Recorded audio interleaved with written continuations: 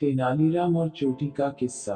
एक दिन बातों बातों में राजा कृष्णदेव राय ने तेनालीराम से पूछा, अच्छा यह बताओ कि किस प्रकार के लोग सबसे अधिक मूर्ख होते हैं और किस प्रकार के सबसे अधिक सयाने।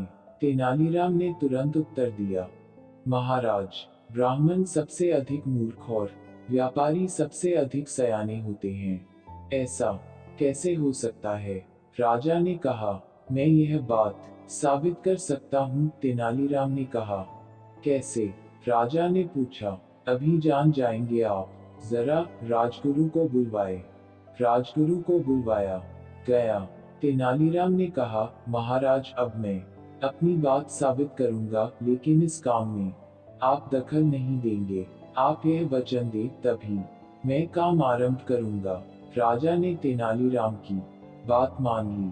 तेनालीराम ने आदरपूर्वक राजगुरु से कहा, राजगुरु जी, महाराज को आपकी चोटी की आवश्यकता है। इसके बदले आपको मुंह मांगा इनाम दिया जाएगा। राजगुरु को काटो तो खून नहीं। वर्षों से पाली गई प्यारी चोटी को कैसे कटवा दें?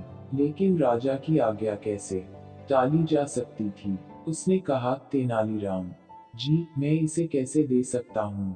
राजगुरु जी, आपने जीवन भर महाराज का नमक खाया है। चोटी कोई ऐसी वस्तु तो है नहीं जो फिर न आ सके। फिर महाराज मुंह मांगा इनाम भी दे रहे हैं। राजगुरु मन ही मन समझ गया कि यह तेनालीराम की चाल है।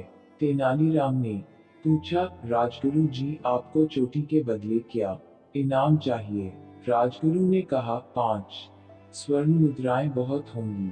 5 स्वर्ण मुद्राएं राजगुरु को दे दी गई और नाई को बुलावा कर राजगुरु की चोटी कटवा दी गई। अब तेनालीराम ने नगर के सबसे प्रसिद्ध व्यापारी को बुलवाया। तेनालीराम ने व्यापारी से कहा, महाराज को तुम्हारी चोटी की आवश्यकता है।